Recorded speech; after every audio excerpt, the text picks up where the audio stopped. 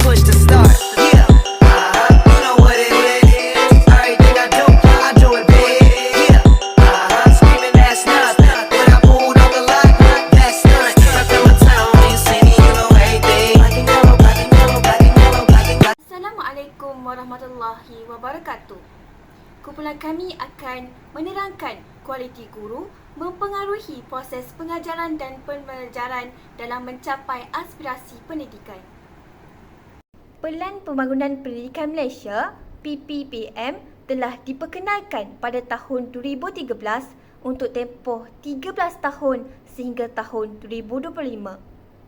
Yang pertama, memahami prestasi dan cabaran semasa sistem pendidikan Malaysia berfokuskan penambahan akses kepada pendidikan, meningkatkan standard kualiti, merapatkan jurang pencapaian, menggalakkan perpaduan dalam kalangan murid serta memaksimalkan keberkesanan sistem. Dan yang kedua, mewujudkan visi dan aspirasi yang jelas untuk sistem pendidikan dan setiap murid bagi 13 tahun yang seterusnya sehingga tahun 2025. Dan yang ketiga, menggariskan program transformasi yang menyeluruh untuk sistem pendidikan termasuk perubahan utama dalam Kementerian Pendidikan Malaysia yang membolehkan sistem ini memenuhi permintaan baharu dan jangkaan yang meningkat serta menyokong transformasi perkhidmatan awam. Salah satu aspirasi sistem pendidikan negara adalah equity untuk semua murid. Equity ini bertujuan untuk menghapuskan jurang dan membuka peluang kepada rakyat yang berbeza dari segi keperluan dan kebolehan bagi mendapatkan kemahiran, pengetahuan dan pengalaman melalui pendidikan secara sama rata. Setiap pelajar mesti diberikan hak yang sama dan peluang untuk melanjutkan pelajaran bagi membuka potensi penuh mereka. Ini bukan sahaja mengenai peluang yang sama tetapi juga tentang keadilan sosial, pembangunan ekonomi, merealisasikan hak asasi manusia dan juga nilai sosial. Jika equity ini diwujudkan, diterapkan dalam sistem pendidikan, kita boleh mewujudkan sebuah masyarakat yang lebih sama rata, inklusif dan progresif. Menjelang tahun 2020, pendidikan Malaysia mensasarkan 50% pengurangan dalam jurang pencapaian dengan merapatkan jurang sosioekonomi antara bandar dengan luar bandar serta gender. Merapatkan jurang sosioekonomi antara bandar dengan luar bandar dijangka akan memberi impak yang besar terhadap jurang pencapaian antara negeri dan jenis sekolah. Oleh itu, guru memainkan peranan yang penting dalam merapatkan jurang dalam konteks pendidikan. Seseorang guru itu perlulah lebih bersikap terbuka dalam mendidik pelajarnya. Hal ini kerana tidak semua pelajar adalah sama dalam pelbagai aspek. Seseorang guru itu tidak seharusnya menilai pelajar semata-mata berdasarkan keputusan akademik sahaja, kerana setiap pelajar mempunyai potensi yang berbeza dalam diri mereka. Oleh itu, guru yang bersikap terbuka akan cuba memahami dan bertimbang rasa terhadap anak murid mereka. Oleh hal yang demikian, mereka tidak akan berasa tersisih dan dipulau oleh guru. Dengan ini, jelaslah bahawa apapun minat pelajar, guru haruslah kreatif dan membantu mereka dengan menyediakan banyak laluan bagi mereka membesar dan berkembang semasa proses pengajaran dan pembelajaran dijalankan. Hal ini supaya mereka dapat menggilap potensi yang tersembunyi dalam diri mereka ke arah kecemerlangan. Menurut Anjakan 9 yang digariskan oleh PPM iaitu bekerjasama dengan ibu bapa, komuniti dan sektor swasta secara meluas. Jadi persoalannya, mengapakah kita perlu bekerjasama dengan ibu bapa, komuniti dan sektor swasta ini. Kajian antarabangsa telah menunjukkan bahawa proses pembelajaran turut berlaku di luar sekolah, termasuk di rumah dan di dalam komuniti. Di Malaysia, kira-kira 1/4 daripada masa murid yang berumur antara 7 hingga 17 tahun dihabiskan di sekolah. Oleh itu, keutamaan kini adalah melakukan anjakan daripada pembelajaran berasaskan sekolah kepada pembelajaran berasaskan sistem dengan melibatkan ibu bapa, komuniti, sektor swasta dan masyarakat sebagai rakan dalam membantu pembelajaran murid. Kajian antarabangsa juga menunjukkan bahawa sesetengah penglibatan yang demikian meninggalkan kesan yang signifikan. Sebagai contoh, Jabatan Kajian OECD tentang PISA menunjukkan bahawa sesetengah aktiviti antara ibu bapa dengan anak seperti membaca pada setiap hari atau membincangkan kegiatan harian dapat meningkatkan keberhasilan murid secara signifikan tanpa mengambil kira latar belakang sosioekonomi.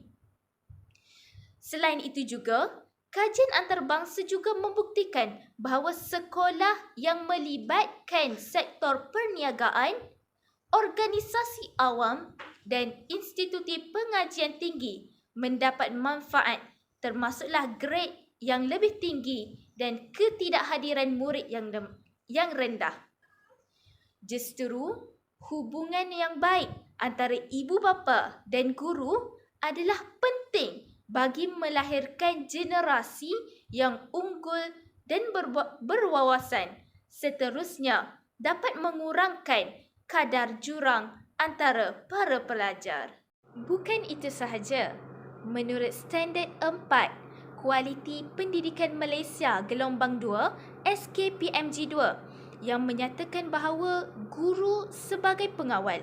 Hal ini bermaksud seseorang guru itu bertindak sebagai pengawal pelaksanaan PDPC bagi memastikan kelancaran proses pembelajaran mengikut perancangan.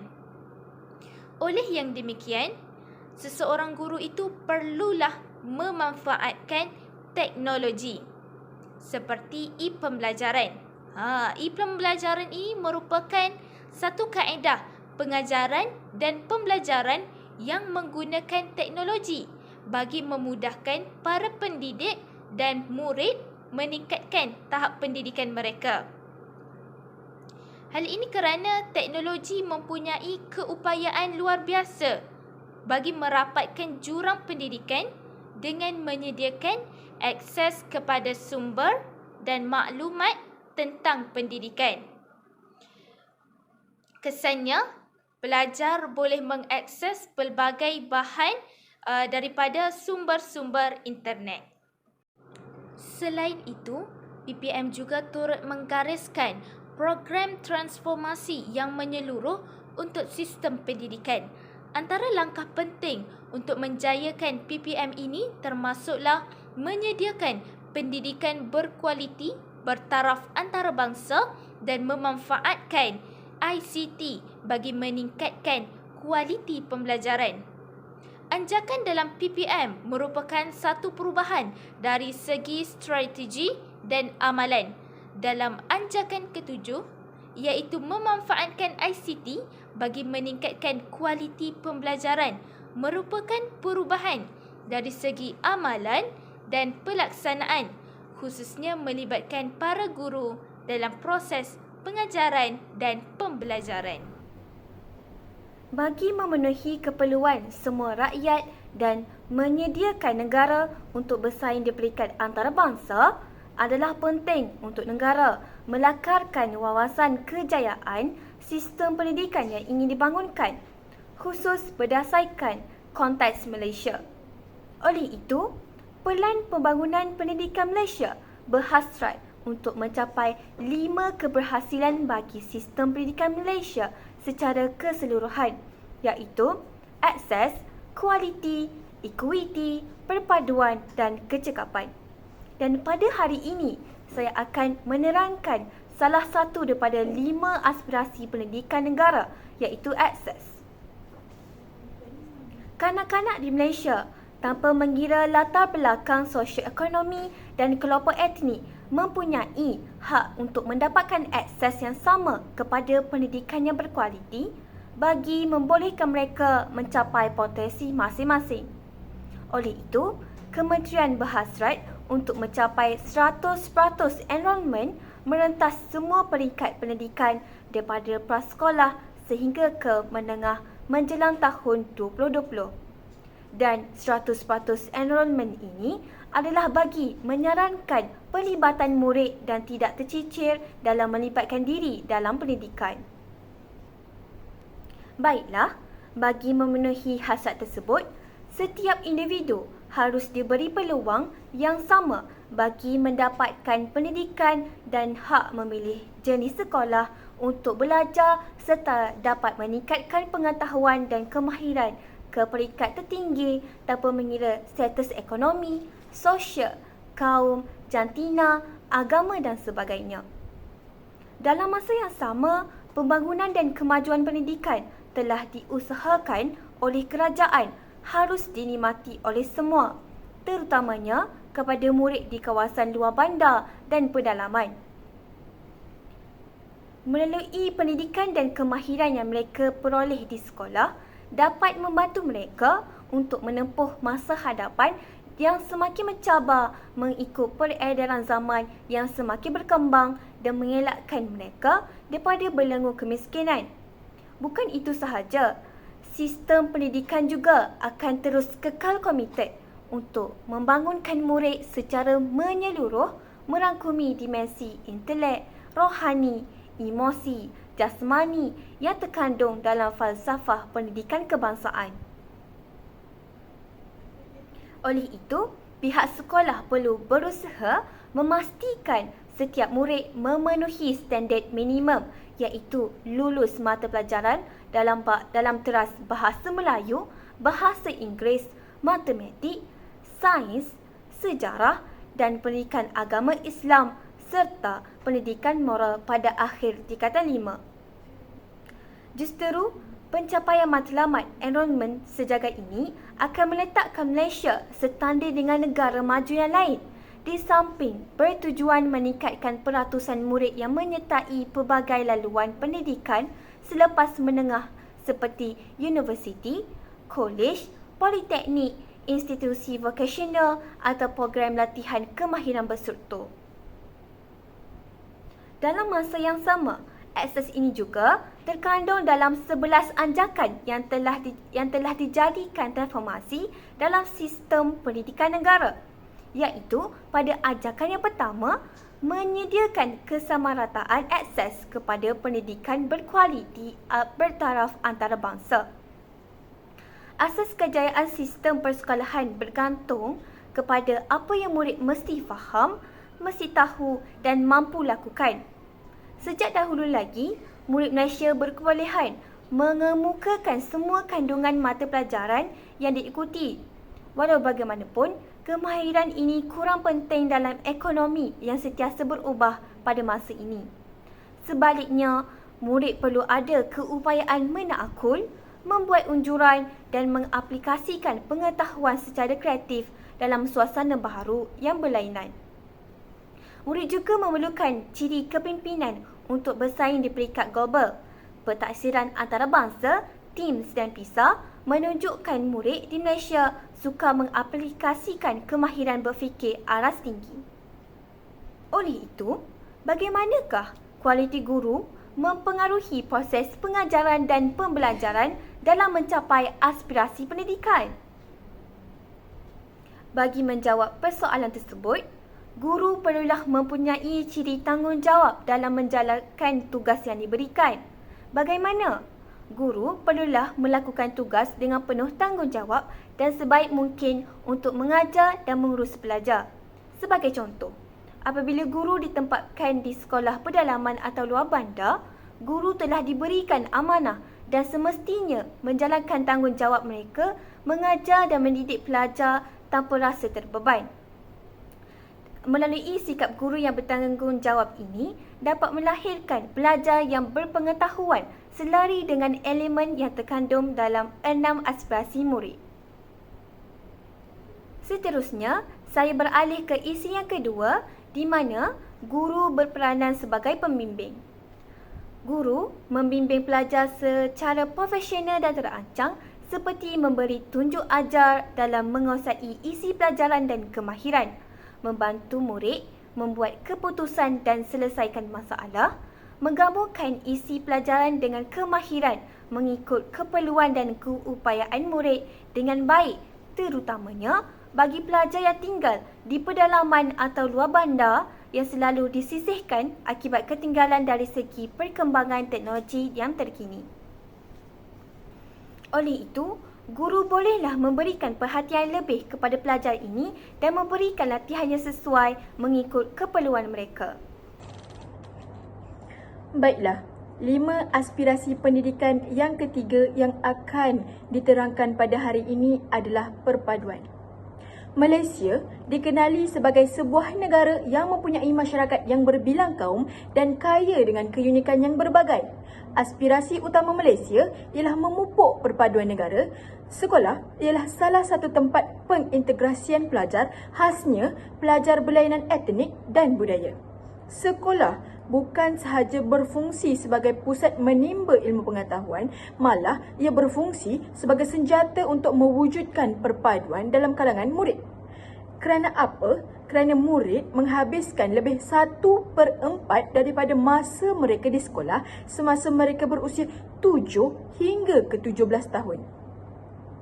Istilah perpaduan merujuk kepada proses menyatupadukan anggota masyarakat dan negara secara menyeluruh berdasarkan ideologi negara bagi membentuk satu identiti yang sama, dan ia merupakan komponen yang penting dalam konteks sosial Malaysia yang unik serta kaya dengan kepelbagaian. Seterusnya, perpaduan juga telah menjadi faktor utama dalam melahirkan individu yang seimbang dan harmoni. Selaras dengan hasrat falsafah pendidikan kebangsaan, iaitu pendidikan di Malaysia adalah suatu usaha berterusan ke arah lebih memperkembangkan potensi individu secara menyeluruh dan bersepadu untuk mewujudkan insan yang seimbang dan harmoni dari segi intelek, rohani, emosi dan jasmani. Perpaduan dalam kalangan murid yang beridentiti nasional adalah penting dalam membina persefahaman, penghargaan dan toleransi antara pelajar-pelajar yang berasal dari latar belakang budaya yang berbeza. Baiklah, sebentar tadi saya ada menyentuh tentang identiti nasional. Identiti nasional merupakan salah satu aspirasi daripada 6 aspirasi yang perlu ada dalam diri murid. Apakah itu identiti nasional? Identiti nasional merupakan sebuah komponen penting dalam penyatuan masyarakat dalam sesebuah negara yang berbilang kaum. Identiti nasional didefinisikan sebagai sebuah komuniti yang berkongsi jalur keturunan yang sama. Perkongsian jalur keturunan yang sama ini membentuk hubungan antara ahli dalam satu komuniti yang sama. Bagi melahirkan murid yang mempunyai identiti nasional, guru-guru memainkan peranan yang penting dalam melahirkan pelajar yang memahami perbezaan dan bertolak ansur sama ada dengan rakan ataupun dengan orang lain tanpa mengira warna kulit. Seterusnya, guru perlu menjadi contoh kepada murid-murid untuk memahami dan menghormati orang lain. Hal ini kerana guru perlu menjadi suri teladan kepada murid agar mereka dapat menerapkan sikap tersebut ketika bergaul dengan rakan atau dengan orang sekeliling. Akhir sekali, guru menerapkan semangat kekitaan dalam aktiviti pembelajaran dan melatih murid bekerjasama menyelesaikan masalah. Jika kita lihat dalam konteks ayat tersebut, guru ini berperanan untuk melahirkan semangat perpaduan dalam kalangan pelajar di sekolah. Seterusnya, guru haruslah memupuk identiti nasional dalam diri murid agar dapat melahirkan rakyat yang menghayati nilai. melahirkan rakyat yang menghayati nilai ini merupakan anjakan ketiga daripada anjakan 11. Bagaimanakah cara guru untuk melahirkan rakyat yang menghayati nilai ini? Yang pertama, caranya adalah dengan membangunkan murid secara holistik dengan mengukuhkan penyertaan murid dalam satu murid dan satu sukan. Kementerian Pelajaran Malaysia telah melancarkan dasar satu murid satu sukan pada 9 Jun 2011 untuk melahirkan pelajar seimbang dari segi jasmani, emosi, rohani dan intelek. Melalui dasar ini, usaha untuk memupuk semangat kesukanan dan perpaduan kaum adalah dalam kalangan murid yang akan menjadi realiti.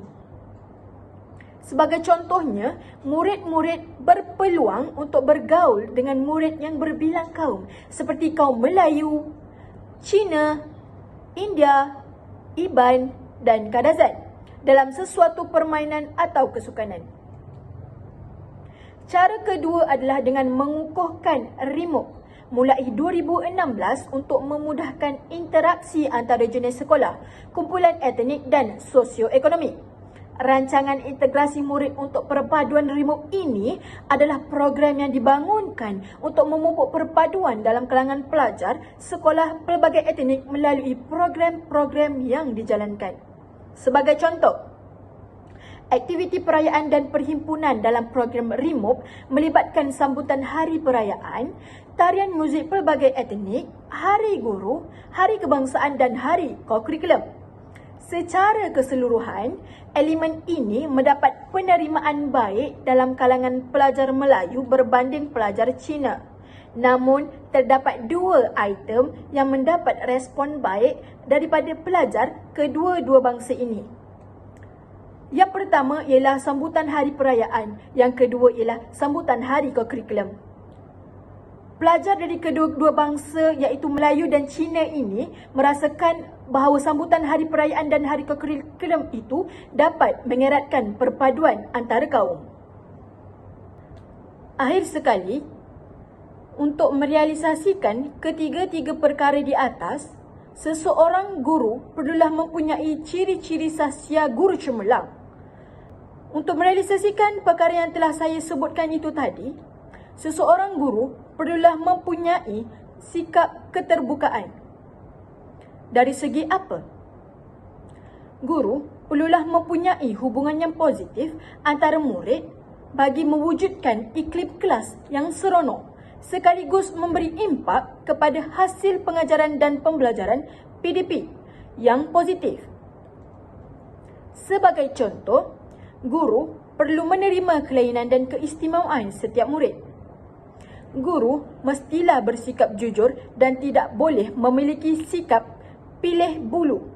Selain itu, menerima perbezaan yang ada pada setiap individu murid akan membolehkan para guru membina hubungan baik sesama mereka. Maklumat seperti hobi, maklumat keluarga, impian, bakat murid, minat murid, perkara yang disukai dan tidak disukai murid. Apabila guru tahu tentang perkara tersebut, guru boleh menjadikan maklumat mereka sebagai contoh sewaktu sesi pengajaran dan pembelajaran PDP yang akan menampakkan keakraban sebagai sebuah keluarga. Seterusnya, di dalam dunia pendidikan, isu sikap guru pilih kasih bukanlah satu isu yang baharu, namun masih berlaku dan terjadi di sekolah. Manusia ini dilahirkan dengan perasaan pilih kasih di mana tidak dapat dielakkan apatah lagi melibatkan emosi. Pilih kasih berlaku apabila seorang bersikap tidak adil atau memihak kepada seseorang yang lain. Pilih kasih boleh juga berlaku apabila guru berat sebelah atau melebihkan kepada seseorang pelajar yang dikasihi. Jelaslah di sini, guru perlu menunjukkan sikap tidak berat sebelah atau pilih kasih agar tidak menimbulkan rasa tidak puas hati dalam kalangan murid. Penting bagi menetapkan suasana bilik darjah yang aman dan tidak mengusik pelajar dengan menggunakan isu perkauman. Guru juga perlu menunjukkan panduan dan ikutan yang baik supaya dapat dicontohi oleh para pelajar. Itu sahaja daripada kami. Sekian, terima kasih.